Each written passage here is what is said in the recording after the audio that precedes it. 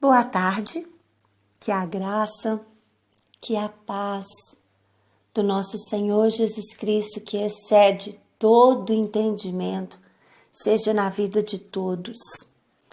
Hoje eu me alegro muito e dou louvores e honra a Deus, somente a Ele, por esse projeto maravilhoso, por mais um evangelho que, pela sua graça, nós terminamos hoje o capítulo 28 de Mateus. A Deus seja toda a honra, a Deus seja toda a glória.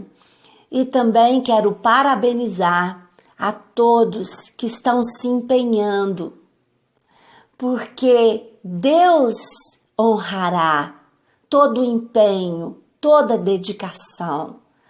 Tem sido menos de 1% do tempo das suas 24 horas por dia para meditar na palavra de Deus. E eu quero parabenizar, fica aqui o meu troféu de vencedor para todos vocês que estão empenhados em alimentar o seu espírito, em aprender, em ser fortalecidos com a palavra de Deus. E hoje nós vamos ver a respeito da ressurreição de Jesus. E a partir do 1 diz assim: depois do sábado, no domingo bem cedo, Maria Madalena e a outra Maria foram visitar o túmulo. De repente houve um grande tremor de terra. Um anjo do Senhor desceu do céu, tirou a pedra e sentou-se nela. Ele era parecido com um relâmpago e as suas roupas eram brancas como a neve. Os guardas tremeram de medo do anjo e ficaram como mortos. Então o anjo disse às mulheres: não tenham medo. Sei que vocês estão procurando Jesus, que foi crucificado, mas ele não está aqui. Já foi ressuscitado, como tinha dito. Venham ver o lugar onde ele foi posto. Agora vai depressa e digam aos discípulos dele o seguinte: ele foi ressuscitado e vai adiante de vocês para a Galileia. Lá vocês vão vê-lo. Era isso o que eu tinha a dizer para vocês. Eu gosto muito do relato de Lucas a respeito desse trecho, dessa citação, no 24 de Lucas, a partir do verso 5, diz assim: amedrontadas as mulheres, elas viram o anjo ali no túmulo, elas baixaram o rosto para o chão e os homens lhes disseram: por que vocês estão procurando entre os mortos aquele que vive? Ele não está aqui, ressuscitou. Lembrem-se do que ele lhes disse quando ainda estava com vocês na Galileia. É necessário que o Filho do Homem seja entregue nas mãos dos homens pecadores, seja crucificado e ressuscite no terceiro dia. Então, elas se lembraram das palavras de Jesus. Eu amo essa frase que aqui é relatada em Lucas, quando o anjo diz para as mulheres: por que vocês procuram entre os mortos aquele que vive? O nosso Jesus, ele não está na cruz. O nosso Jesus não está no túmulo. Ele ressuscitou. E o anjo aqui, eu gosto também disso, ele quase que está pregando aqui para as mulheres, porque ele fala com as mulheres assim: oi, lembra do que Jesus disse? Vocês não lembram, não? Ele disse que o Filho do Homem seria entregue nas mãos dos pecadores e que ele seria crucificado e que ressuscitaria ao terceiro dia. Né? Se eles viram Jesus ser entregue nas mãos dos pecadores, Jesus ser crucificado como ele havia relatado sobre tudo isso, ele também disse que ressuscitaria. E ele estava aqui, o anjo, repetindo as palavras de Jesus para ela. E no versículo 8 diz a palavra do Senhor: então se lembraram das palavras de Jesus. E a partir aqui do verso 9, de repente, Jesus se encontrou com elas e disse: que a paz esteja com vocês. Elas chegaram perto dele, abraçaram seus pés e o adoraram. Então Jesus disse: não tenham medo.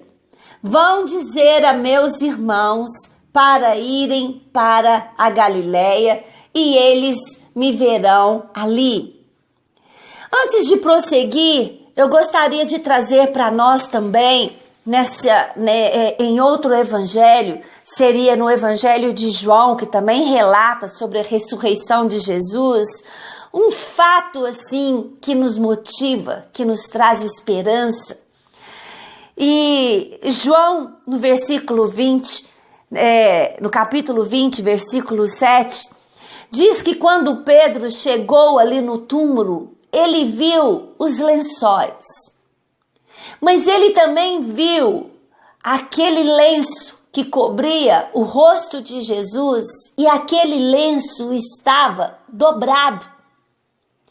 E para a gente entender, na cultura judaica, eles têm o seguinte costume: quando um servo estava à mesa para suas refeições, quando o Senhor estava na mesa para suas refeições e o servo estava ali a postos para servi-lo, se ele saísse da mesa e jogasse o lenço, jogasse de qualquer maneira, significava que o servo poderia tirar a mesa porque ele não voltaria mais, ele já tinha terminado a sua refeição. Mas se ele tivesse uma necessidade qualquer, aí o que ele fazia? Ele pegava o lenço, dobrava o lenço, porque o servo daquele senhor estava entendendo: o meu senhor vai voltar à mesa para continuar a sua refeição. E Jesus usou ali dessa cultura para falar para os judeus, para falar para os seus discípulos, para falar para nós, que o lenço ficou dobrado.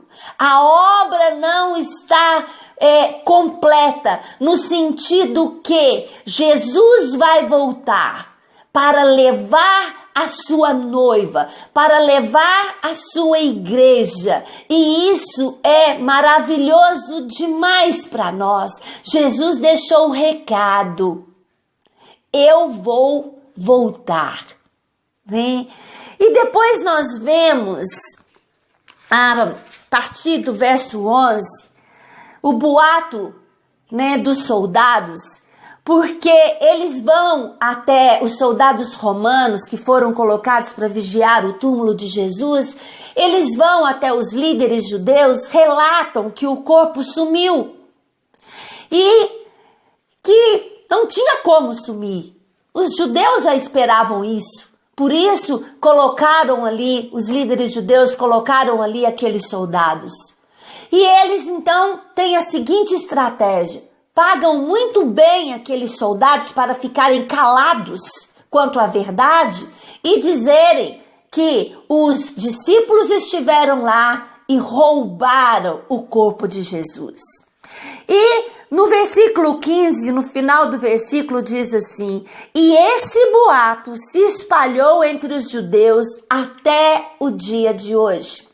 Então, para todo aquele judeu que não creram em Jesus Cristo e muito menos na sua ressurreição, ficou muito bem aceito o boato de que o corpo de Cristo teria sido roubado na madrugada pelos seus discípulos.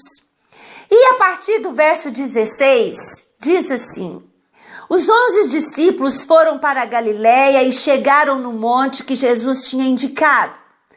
E quando viram Jesus, o adoraram, mas alguns tiveram dúvidas. Esses alguns aqui, nós vemos o relato de Tomé, quando ele diz que só creria se tocasse no lado, na ferida ali da lança em Jesus, nas suas mãos furadas. E quando Jesus aparece ali e fala com Tomé, toca aqui nas minhas feridas, e depois Jesus diz, bem-aventurado aquele que não vê e crê. Isso é a fé, né? A certeza das coisas que não se vê. Então Jesus chegou perto deles e disse, Deus me deu todo o poder no céu e na terra. Portanto, vão a todos os povos do mundo e façam que sejam meus seguidores, batizando esses seguidores em nome do Pai, do Filho e do Espírito Santo. Então Jesus aqui diz, me foi dado todo o poder, eu ressuscitei, eu cumpri a obra, eu agora volto à glória que antes eu tinha junto com meu Pai, e me foi dado todo o poder, e o meu nome é poderoso, ele foi glorificado, e ele deixa tudo isso para a igreja de Cristo, no qual nós fazemos parte. E Jesus aqui, ele tem a sua última comissão, porque ele teve a comissão dos 12, a comissão dos 70, agora é a última. E a última é para mim e para você, é para todos os discípulos. E discípulos são todos os que são feitos filhos de Deus. Se é filho de Deus, também é discípulo de Deus, é discípulo de Jesus. E nós temos uma função, um comissionamento, ir a todos os povos e pregar a palavra, e pregar o evangelho do reino, as boas novas. E onde eu e você começamos? Dentro da nossa casa, na nossa vizinhança, naqueles que o Senhor colocar em nosso caminho. Por que eu digo isso? Porque muitos dizem, eu gostaria muito de ir para a África pregar. Mas ele não tem nenhuma célula, ele não tem nenhuma reunião, ele não prega nem na família. Comece por perto, porque já é a obra que o Senhor colocou para mim e para você. E eu gosto muito de 2 Coríntios, capítulo 5, versículo 18, para aquele que diz que pregar é só para os líderes, é só para os pastores, obreiros, evangelistas, que não tem ministério. Aqui em 2 Coríntios 5, 18 diz, tudo isso provém de Deus, que nos reconciliou consigo mesmo por intermédio de Cristo e nos outorgou o ministério da reconciliação. Então, é filho de Deus, nasceu de novo, passou pelo novo nascimento, tem sim ministério. Porque se eu e você fomos reconciliados com Deus através de Jesus Cristo, automaticamente nós recebemos um ministério. O ministério de reconciliar outros com Deus, através de Cristo Jesus. Então não tem razão para ficar sentado num banco de uma igreja, porque o poder de Deus é liberado sobre a vida dos discípulos e o ministério da reconciliação é o nosso primeiro ministério aqui nessa terra, levar a palavra do Senhor, e o poder de Deus foi liberado para as nossas vidas. E em Atos dos Apóstolos, a partir do verso 9, quando Jesus é assunto aos céus e é encobrido pelas nuvens, 2 homens vestidos de branco dizem aos homens que estão ali, homens da Galileia, por que vocês estão olhando para o céu? Esse Jesus que estava com vocês e que foi levado para o céu, voltará do mesmo modo que vocês o virem e viram subir. Aqui está dizendo, Jesus voltará.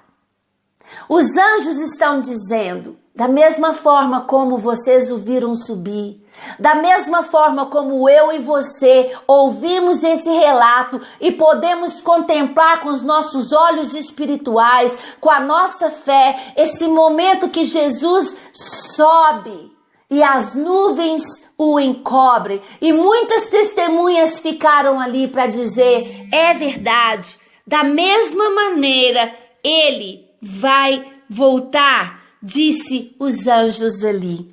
E outra palavra no final, último versículo, Jesus diz para eles, ensina os meus discípulos a obedecer tudo o que tem ordenado a vocês. E lembrem disso, eu estou com vocês todos os dias até a consumação dos séculos.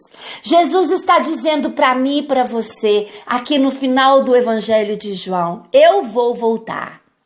E enquanto eu não voltar, eu estou com você no seu ministério, nas suas lutas, nas suas provações. Jesus que está dizendo, eu estou com vocês todos os dias, todos os dias, até a consumação dos séculos. E a minha palavra para terminar é, Maranata, ora vem, Senhor Jesus. Fique essa palavra para sua meditação, em nome de Jesus.